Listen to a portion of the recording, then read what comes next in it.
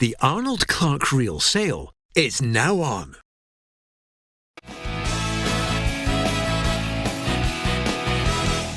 Welcome to Peter and Ruffy's football show on this one-to-one special with former Rangers and Scotland captain Barry Ferguson. When I look back over your career, Barry, there are a number of very special players you've played with, and there's also a number of very special managers. Which manager had the greatest influence on you?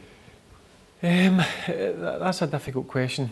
When I was coming through as a young boy, obviously it was Walter Smith. He was a great manager for Rangers, obviously, winning so many trophies. He was the one that gave me the chance to break into the first team. But I'd probably say the biggest influence was Advocaat when he came over. He put so much trust in a young boy. I'd just turned 19. He'd seen me play a number of games on DVD and gave me a new 5-year contract and wanted to build the team round about me. So that was a great boost for my confidence. And also he made me learn so much of the game in terms of the tactical side of it. You know what it's like when you're a young boy, you start running everywhere. On the tactical side, obviously being a top manager and working at some great clubs, he was great for me. Yeah, as a manager at times when I interviewed him, I always thought he had a really good sense of humour as well. Was he a good manager, one-to-one? Yeah, he was. But, I mean, a lot of people got the perception sometimes when you interviewed him as Mr. Angry and the little general he used to get called. But one-to-one, he was fantastic for me. He was great, as I said, his knowledge of the game was fantastic and I learnt so much. But also, he was an easy manager if you had a problem off the pitch. He could go and chap his door and he would bring you in and he would go through whether you were having a problem, family reasons or whatever. He was great that way as well, but a top coach. Yeah, and strangely enough, you mentioned Advocaat as the manager. As the player, you've gone on record on many an occasion as saying that Arthur Numan, another Dutchman, had a major influence on you on the park. Yeah, he did. I mean, I played with some fantastic players, not just at Rangers, at my various other clubs. But I look at it in a whole, in terms of he was a good footballer, very fit, and a right good guy, a leader. There was a lot of things that I learnt off Arthur when he first came over. When we signed him, he was my roommate for 6 years. So a young boy getting into a room with Arthur Numan, it was a bit of an eye-opener. Obviously experienced guy, and some of the things that he used to make me do. I used to want, for instance, a long line in the morning leading up to a game. You know, he would get me up at 8 o'clock, open the curtains, right, you're getting up for breakfast, and make sure I ate breakfast, because he always maintained that was the most important meal of the day. So he used to go down and force cornflakes down my neck. I've got to say though, how about being intimidating in the fact that not only you're rooming with somebody who's got a professional attitude to it, what must have made you sit a right good looking boy as well, wasn't he? He loved a sunbed. He loved a sunbed. I think they've took effect now. Looking at him, he's got a few more wrinkles. No, but listen, take away the fact that he was a phenomenal football player and everything that goes with being a football player. I look at it as a person. He had time for every single person in the squad, and certainly me being his roommate, he was great for me. Again, similar to Advocaat, if I had any issues, whether it was footballing or on the field or off the field, he was there for me. Yeah, you had a number of special games. Domestically, of course, winning titles is always special. Yeah. I look at a particular game that you guys played in. I'm not sure if it was the pinnacle of the time under Advocaat, but I look at Monaco 0, Rangers 1. I had a look at the side and I'm thinking to myself, wow, Klaus, Konteman, 2 guys in there, Amoruso, Reina, yourself, Van Bronckhorst, Numan, Johnston, Moles and De Boer. I mean, that is some lineup. There are actually 3 people in that team who would eventually or had already won a Champions League medal. Yeah, no, I mean, you just rhymed off some of the names there.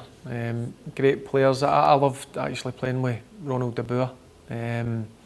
With a good chemistry on the pitch.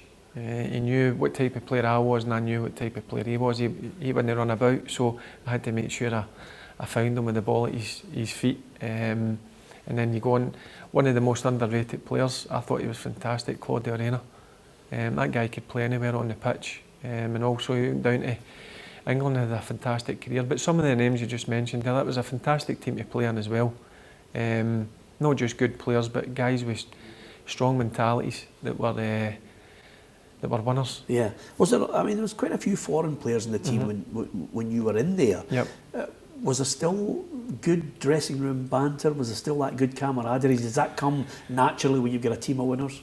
Yeah, it does. I mean, you look like the Dutch guys. A lot of people say they've got an arrogance about them, but I quite like that. I like that in a player. And Arthur Numan and Gio van Bronckhorst had that.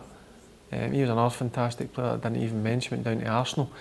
But I liked the arrogance, and listen, nationality didn't come into it. The one thing that team and that squad were winners, and they didn't accept anything less than winning a football match, whether it be on a Saturday or a Tuesday or a Wednesday in the Champions League. Yeah. What was the most special of games? Because you mentioned there some fantastic players in that side, but you went on to win 5 Premier League titles. I think you get 5 Scottish Cups and 5 League Cups as well.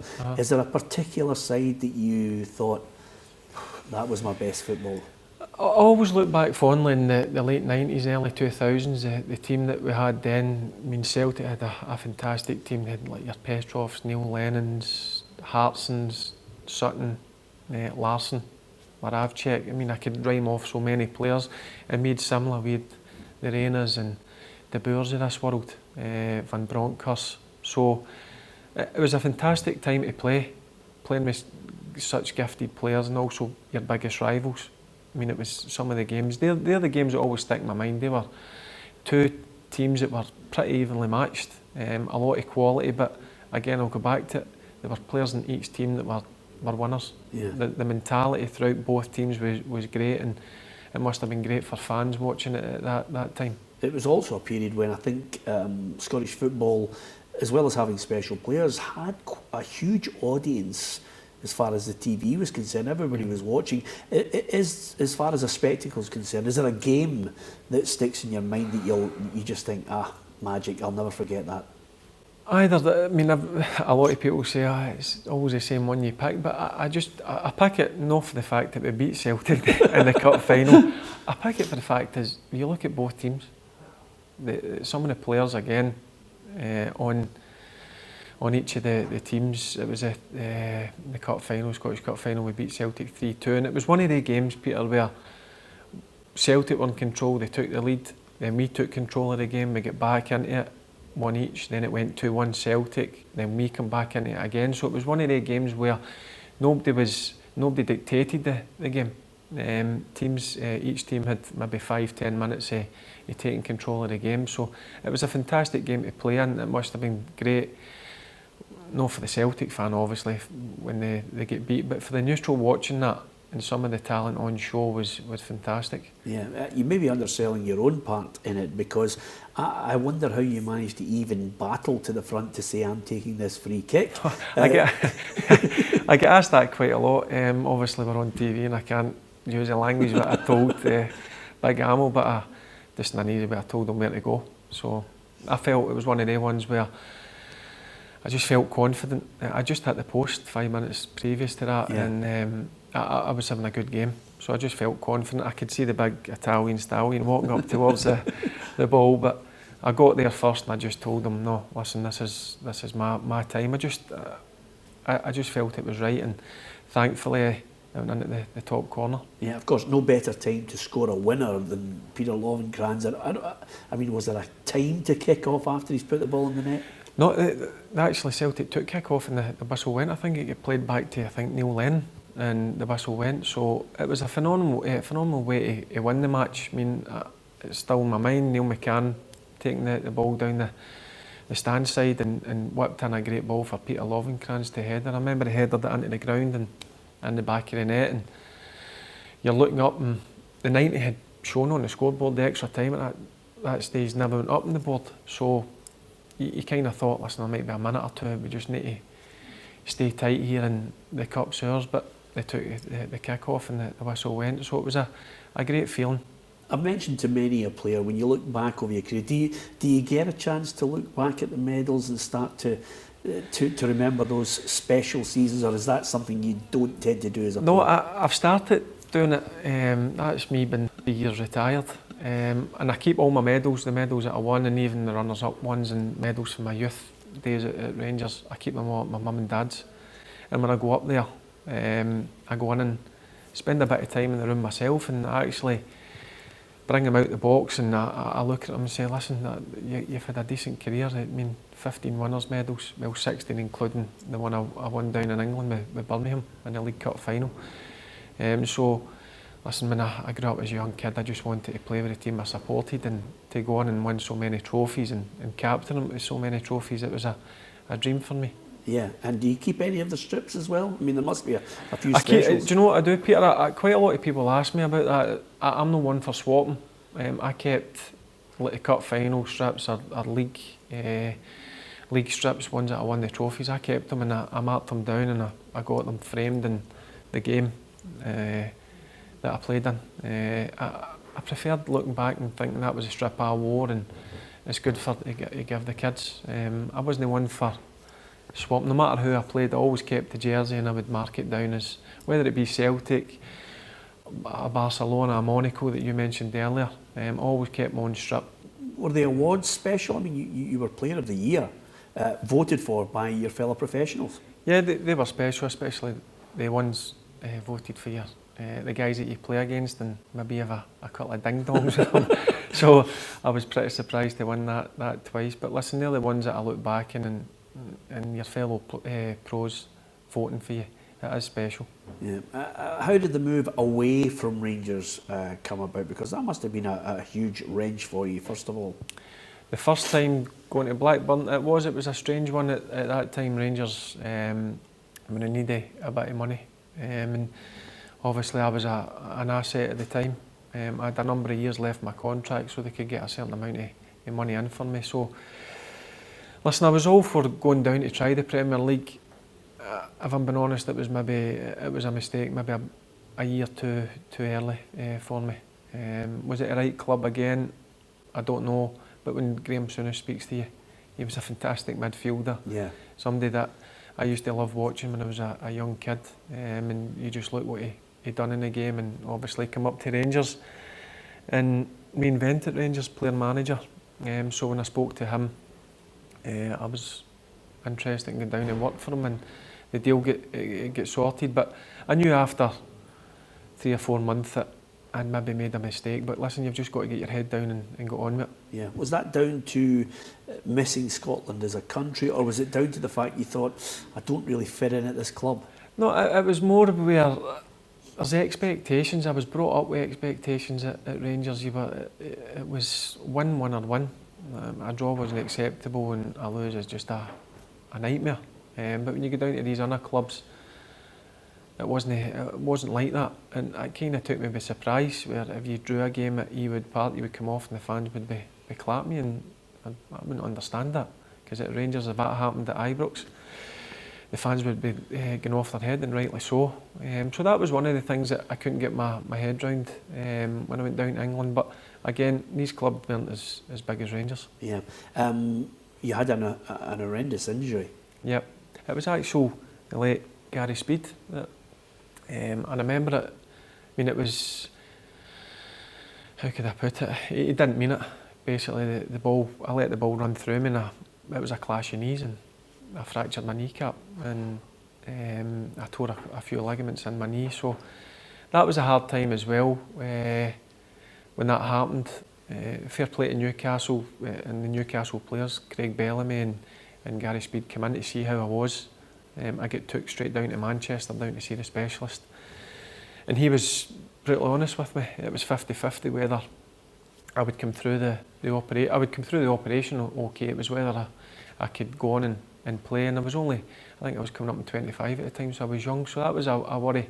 But listen, you just got to get the operation over and done with. I've got to be honest with you, the physiotherapist at Blackburn at that time was fantastic with me, and he got me back. I come back about 7 or 8 months later. Had a couple of mishaps during the rehab, which happens normally, but you just, as I say, you need to get your head down and keep working hard, and I've done that, and I come back successfully. Yeah. Do you view, I mean, I'll talk about the final with Birmingham, which I think a lot of people might forget about, you know, winning a medal with Birmingham. Do you view your periods with Rangers as one was really good and one slightly tainted, or do you just think, oh, I didn't mind, I was back playing for Rangers? Yeah, that's a good question. I've not been asked that question before. It's a special place for me. I grew up a Rangers fan. That's what I wanted to do. I was going and watching my brother with my dad. I just wanted to follow in his footsteps, and the first time was great because I came through the ranks, and obviously I left and I come back under a cloud. Some of the fans didn't really take to me with leaving in the first place. But listen, I accepted that. My job was just to go out on that pitch and try and win them over. And I think I'd done that. Whether the performances were up to scratch at times, maybe they weren't. But one thing they could never label against me, that I always gave 100% when I went out on that pitch to play with Rangers. The second time probably wasn't as good as the first time. For the simple fact is, the team that I played in, as I mentioned earlier, the late 1990s, early 2000s, there was a lot of money in the game then. Rangers could go out and spend £6-7 million on a player. I still, when I come back up for Blackburn, I still played in a really good team. Yeah. But obviously there were a lot of issues going on at the time. Rangers obviously financially weren't in a great shape. And obviously I made a few mistakes as well. No with Rangers, but obviously internationally. So I'd probably say my first time was a lot better, but I look back in the two times that I spent at Rangers with fond memories. Yeah, just before I touch on your international career, what did it mean to you at the Birmingham League Cup win? It was a bit surreal, if I'm being honest. I went down when I signed with Birmingham, and Alec, who was a great manager as well to play under, he signed me. At that stage, a lot of clubs were iffy whether they wanted to take me, as we're going to go into probably next, what happened at Scotland, but he took a chance on me. And he says, look, Birmingham just want to stay in the Premier League. The first season was great. We managed to, I think we were in the top 10, done really well. And then the second season, he went out and splashed a bit of cash on guys like Alexander Kleb, who was at Barcelona, Obafemi Martins, Nikolai Zigic as well. So there was a lot of money spent. It wasn't as good in the Premier League, but we had a great run in the League Cup, and we beat Arsenal in the final, which was a bit, as I say, surreal, because we were total underdogs going into the game. We were playing against Arsenal, who had world-class players. But listen, it just showed you that we rolled our sleeves up. They had the vast majority of the possession. We knew that was going to happen, but we got the win, and it was the last kick of the ball, similar to the Rangers and Celtic final in the Scottish Cup. We scored the last kick of the ball, and it was party time. It's a short programme. I could easily dedicate a whole programme to the Paul Le Guen nightmare and the Scotland situation that you found yourself in. You're glad you were glad it was a short programme, but from a Scotland perspective, I know you had tremendous pride in playing for your country. Yep. It didn't end probably the way that you would have liked. What were the highlights? First and foremost, playing with Scotland, getting my first cap. I'll not forget it. It was in Lithuania. I think I came on as a substitute with 15 minutes to go. What hurts me and what annoys me, I don't know what word suits it better, is when people say that I didn't want to play in my country. Who wouldn't want to play with their country? It was a dream for me, and I loved every time I pulled on that Scotland jersey. And to captain them was a fantastic achievement. But probably the one that sticks in my mind most would be probably the France game. There was a couple of games, the France game certainly, where we beat them at Hampden, and then it's all over the press that they can't wait us to get us over there and give us a thumping. And we knew that, again, that they were going to have the vast majority of the possession. They again had world-class players. They were, I think, second or third in the world in the rankings. But again, we pulled off an unbelievable result. Faddy with that goal. It was back to the wall stuff, but a fantastic night and a game that I'll never forget. It was great to play in. Yeah, I mean, it was I was going to say it was one of the best muggings. It was two of the best muggings of all time. Is the only disappointment, apart from the obvious fallout that you had at international level, is the only major disappointment the fact that you never got to that major tournament? Yeah, we got into a few playoff finals. and I was disappointed. I would have loved to have, especially, listen, it wouldn't bother me if I was captain or not. It was just to get to a Euros or a World Cup. I would have loved it. I watched them all on TV when they're on, and that's the only thing that I would have loved to have done. But I hope the new batch coming through can do what I've never done. Yeah, is it one of those situations you look back at the Italy game, is that the defining moment, it just kills you? Yeah, again, I give Hampden a bit of criticism with the atmosphere, but I tell you, that day, the atmosphere was the best I've ever sampled, and I'm taking into account Old Firm games. I don't know where it came from that day. It was great to go out and play in it, but it was a mugging. I thought we deserved it. I thought we were the better team on the day.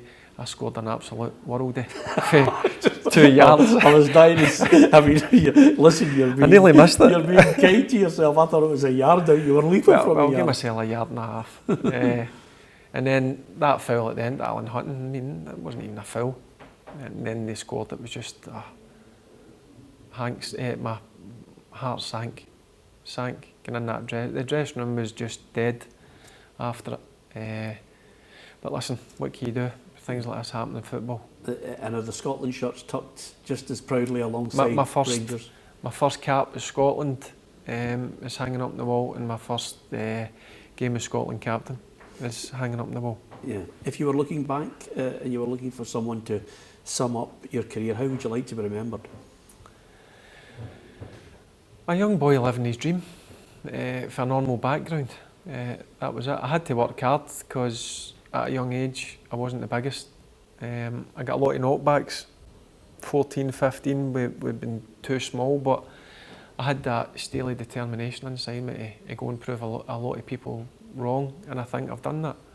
Is that the lesson that you would hand on to any younger players? Yeah, I see it happening so often nowadays, and it really it gets to me. It gets to me. Guys get knocked back whether they'd be too small or whatever. Just keep working hard, keep digging in. That's what I'd done, and I had a fantastic management team in it and at Rangers that helped me. But never give up on your dreams. Yeah, absolutely. I'm sure we could talk forever and a day about other aspects of your career, but that's for another programme. I'm sure it'll go longer than that. My thanks to Barry Ferguson for having a chat with us about his career domestically and at international level as well. From myself, Peter Martin, and from Barry, thanks for watching. Good night.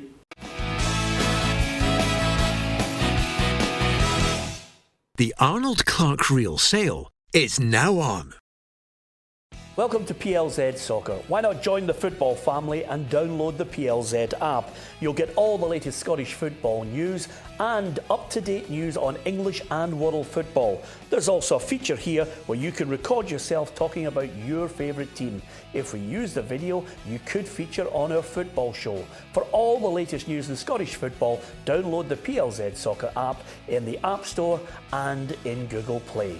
Come and join the football family on PLZ Soccer.